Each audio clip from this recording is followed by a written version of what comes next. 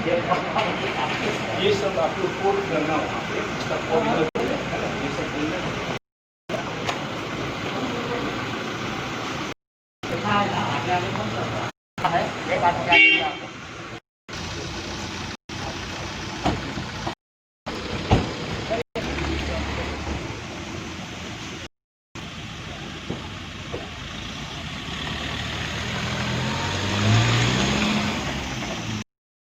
Testing strategy थी, ये काम आई है। और यहाँ पे देखा जाएगा कि जब हम लोगों ने मंथ टू मंथ बेसिस पे हम लोग जब निकालना शुरू कर रहे हैं, तो जो पॉजिटिव केसेस और नेगेटिव केसेस की संख्या है टेस्टिंग के कंपैरिजन में, वो साफ साफ दिख जाएगी कि लगातार जो है हम लोग के पॉजिटिव केसेस जो है वो कम होते जा रहे हैं और नेगेटिव केसेस जो है वो इंक्रीज होते जा रहे हैं। तो ये जो हम लोगों ने एक प्रोडिक्शन किया था कि 15 सितंबर जो है वो हम लोग का टेम्परेचर का पीक होगा, पिछले एक स्लाइड में आपने देखा था 9 सितंबर जो है वो जनरली पीक था और उस पीक के बाद हम लोग जो है डिक्लाइनिंग ट्रेंड पे जाना शुरू हो गए हैं।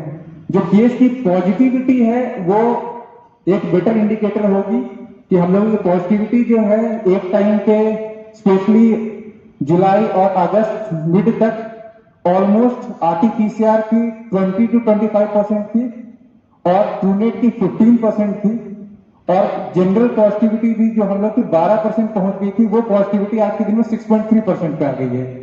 तो जितना ज्यादा टेस्ट होगा, जितना ज्यादा आइसोलेशन होगा, उतना ज्यादा हम लोगों का डिक्रीज यहाँ पे देखने के लिए मिलेगा। नेक्स्ट कीजिएगा सर। ये स्पेशल ड्राइव है सर, जो कि बता रहा है सर कि हम लोग की जो कोविड केसेस की डिस्ट्रीब्यूशन है वो कैसी है।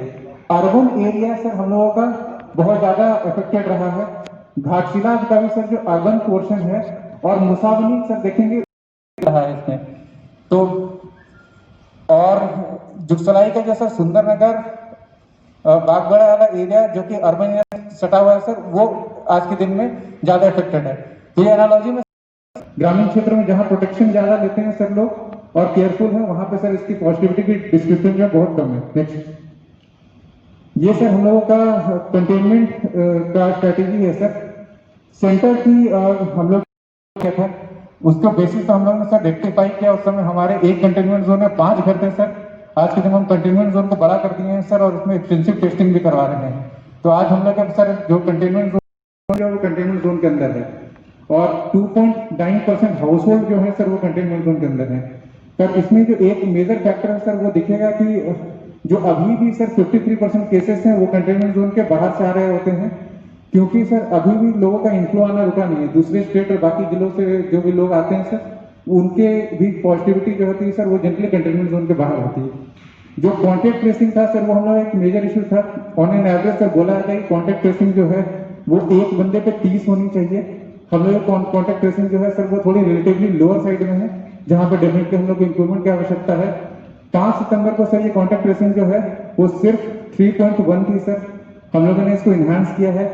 कुछ सर डेटा एंट्री की भी दिक्कत है, क्योंकि जो कंटेनमेंट जोन है सर वो जनरली कॉन्टेक्ट ट्रेसिंग का पार्ट है, बट कॉन्टेक्ट ट्रेसिंग के जो इनपुट डेटा है सर पोर्टल है उसमें हम लोग उसको डाल नहीं पा रहे हैं सर। तो उसके कारण कॉन्टेक्ट ट्रेसिंग वाला जो पोर्शन है सर वो थोड़ा कम दिख रहा है। नेक्स्ट है डेली एवरेज टेस्ट का, जो सर को मैंने बताया कि almost sir government of India में आज के दिन में जो डेली टीपीएम है सर वो 42,000 के करीब होवर कर रही है। हम लोग सर उससे कहीं ज्यादा इन्हांस करके 60,000 के करीब में है सर। और डेली टीपीएम सर बोला जाता है कि एक बहुत ही अच्छा डिस्ट्रिक्ट सर डेली टीपीएम 1500 का रखता है। हम लोग का सर अभी डेली टीपीएम 2000 के करीब है, जो कि हम लोग का काफी बेटर पोजीशन है। जो पॉजिटिविटी आवाज नहीं आ रही है, थोड़ा देखा जाए। जो मैं बता रहा था 12% तक की पॉजिटिविटी थी, जो आज के दिन में 6.3% आ गई है। जो आरटीपीसीआर ट्रूनेट की है सर पॉजिटिविटी अभी भी टुवर्ड्स हायर साइड है देन एंटीजन। इसके सर 2 रीजन है। पहला सर कि आरटीपीसीआर और ट्रूनेट में मोस्टली सर हम लोग उन पेशेंट्स का ही लोगों का सैंपल ले रहे हैं जो सर हॉस्पिटल में है। ट्रूनेट तो सर स्पेशली उनके लिए करता है, तो वो जो सर सिम्टोमेटिक हो जाते हैं वो आते हैं, उनके चांसेस ज्यादा रहते हैं वो पॉजिटिव होंगे।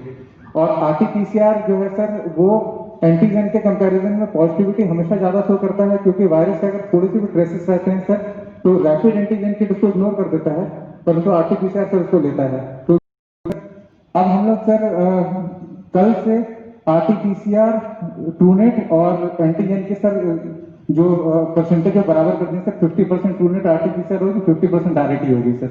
नेक्स्ट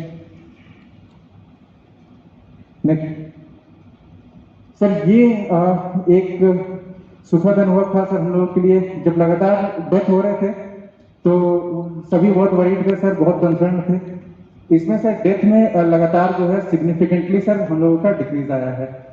जो अभी हम लोग की डेथ की परसेंटेज है सर, वो 5 सितंबर को 2.9% थी सर केस फैटालिटी रेट, जो सर अभी डिक्रीज होके 2.4% हो गई है।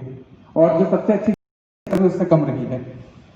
ये जो आंकड़े हैं सर, इसमें देखा जाएगा कि जो डेथ फैटालिटी रेट है सर, वो 20 से लेकर 26 तक में 4.3% तक चली गई थी सर। ये SDM दालबू, ADM एवं उपस्थित सभी पुलिस उपाधीक्षक, chief TMH, chief hospital, principal MGM hospital एवं अन्य अतिथिगण, मीडिया भाई। सर, जो हमारा लॉ एंड ऑर्डर एस्पेक्ट है उसको रन थ्रू कर दूंगा सर, कि हम लोगों का लॉ एंड ऑर्डर में क्या क्या इश्यूज पहले थी और बीच में हम लोग कैसे उसको एड्रेस किए और भविष्य में हम लोग क्या प्लान कर रहे हैं। सबसे पहले सर, हमारा कंट्रोल रूम जो है डिस्ट्रिक्ट एडमिनिस्ट्रेशन का काफ़ी रोबस्ट है। 5 इसमें हेल्पलाइन नंबर था सर, उसमें शिफ्ट फेज ड्यूटी था। जो भी कंप्लेंट आता था उसका 3 कैटेगरी में हम लोग उसको डेटा डिजिटाइजेशन किए हैं। हेल्थ एंड सर्वेलेंस, दूसरा है फूड रिक्वायरमेंट रिलेटेड, तीसरा है sir e-pass and testing related other issues. तो इसमें सभी डेटा को डिजिटाइजेशन किया गया है। और everyday evening DC and SSP हम दोनों को सर इसमें उस दिन का क्या प्रॉब्लम है, किस कंप्लेंट में क्या इश्यूज है जो सॉल्व नहीं हुआ सर, हम लोग का लेवल का वो इवनिंग आता है, हम लोग उसको रिव्यू करते थे। Next slide. और जो भी रेड्रेसल सिस्टम सर, उसमें 99.19% इसमें हम लोगों को एड्रेस हुआ है।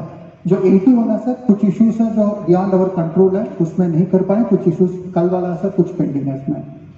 नेक्स्ट, हम लोगों का जो शुरू में लॉकडाउन 1 शुरू हुआ था, उसमें inter state check point sir हम लोगों को टोटल, नेक्स्ट ले चाहिए, टोटल 7 थे और इंटर डिस्ट्रिक्ट 6 थे। टोटल 13 जो हम लोगों को चेक पॉइंट था सर, ये काफ़ी रोबस्ट सिस्टम था, जिसको की मदद से हम लोग काफ़ी जगह पे हम लोग proper pandal, rain through pandal और समर में भी हम लोग को काफ़ी मदद मिला है।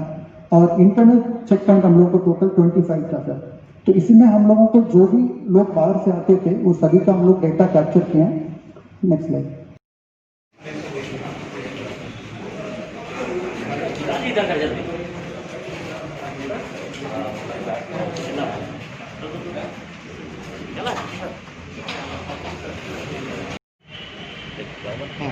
पूर्वी सिंहभूम में जमशेदपुर में जो कोविड की स्थिति है उसकी एक समीक्षात्मक बैठक अरेंज की गई थी, जिसमें जितने भी सरकारी और प्राइवेट हॉस्पिटल के इंचार्ज थे, BDO, CO, पुलिस पदाधिकारी और उपायुक्त और SSP साहब यहाँ मौजूद थे।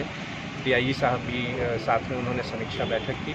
उसमें यह किया गया कि प्रत्येक व्यक्ति की जान बहुत इम्पोर्टेंट है। हर व्यक्ति को, हमारे लिए हर व्यक्ति VVIP है। के लिए कैसे हम इलाज ठीक से कर पाएँ, एक प्रोटोकॉल और एक SOP डेवलप किया जाए कि यदि वहाँ हॉस्पिटल में जाता है तो सबसे पहले किस तरह का टेस्ट किया जाए और इमीडिएट टेस्ट का यदि कुछ रिजल्ट आता है उसके अनुसार उसे दवा दी जाए। उसके अलावा प्लाज्मा थेरेपी का एक यूनिट को सशक्त किया जाए। और एम्बुलेंस मैनेजमेंट की बात है, प्रत्येक व्यक्ति का जो इलाज होता है, चूँकि वो अपने परिवार वालों से अलग हॉस्पिटल में इलाज होता है, पता नहीं चल पाता है, तो उसके लिए एक ऑनलाइन पोर्टल डेवलप किया जाए पासवर्ड के साथ, कि यदि परिवारजन यदि देखना चाहें तो उन्हें पता चले कि उसकी स्थिति कैसी है। वेंटिलेटर्स की कैसी स्थिति है उसका मैनेजमेंट अच्छे तरह से किया जाए। जितने हॉस्पिटल्स हैं उसके बेड को कैसे हम इम्प्रूव कर सकते हैं, नंबर बढ़ा सकते हैं, ताकि कभी भी किसी को आवश्यकता हो तो हम कर सकते हैं उसका उपयोग। साथ में यह भी डिसाइड हुआ कि एक टीम वर्क के रूप में हम काम करें, ट्रांसपेरेंसी लाएं और क्विकली हम केसेज और डायग्नोसिस को जल्दी से जल्दी करें। जो प्राइवेट लैब हैं उनकी भी एक डिसाइड किया गया कि IAS प्रोफेशनल की अध्यक्षता में उसे एक मैपिंग किया जाए, यदि प्राइवेट लैब भी हॉस्पिटल के साथ टाई अप करना चाहते हैं ताकि तुरंत हमें पता चल जाए कि क्या प्रॉब्लम है, उसे भी इनकरेज करने के लिए कहा गया है। और यह भी एक निर्देश दिया गया कि सारी टीम के लोग सप्ताह में 2 बार ऑनलाइन मीटिंग कर लें, ताकि जो भी समस्याएं हैं प्रशासन के साथ, कोई प्रशासन यदि हेल्प कर सकता है और हॉस्पिटल्स की जो समस्याएं हैं उसको सॉर्ट आउट किया जा सकता है। तो जिस तरह से कई समस्याओं स्टेक होल्डर ने जो बताया है, ऐसा ये पता चला कि सब लोग काफ़ी मेहनत से कार्य कर रहे हैं, लेकिन फिर भी लैक ऑफ कम्युनिकेशन कुछ हो सकता है और कुछ कोरोना के जो अधिक से अधिक केसेज हो रहे हैं, या बहुत बार जो जनता है वो कोऑपरेट नहीं उतनी कर पा रही है कि जहाँ मास्क लगाना है या फ्रीली लोग घूम रहे हैं उस पर कैसे कंट्रोल किया जाए। इस तरह की कुछ समस्याएं थी, लेकिन चूँकि कोरोना बहुत अनप्रेडिक्टेबल टाइप की डिजीज होती जा रही है, तो आपस में कोऑपरेशन और कोलैबोरेशन होगा, तो मुझे आशा है कि इन सब समस्याओं को भी सॉर्ट आउट किया जा सकता है।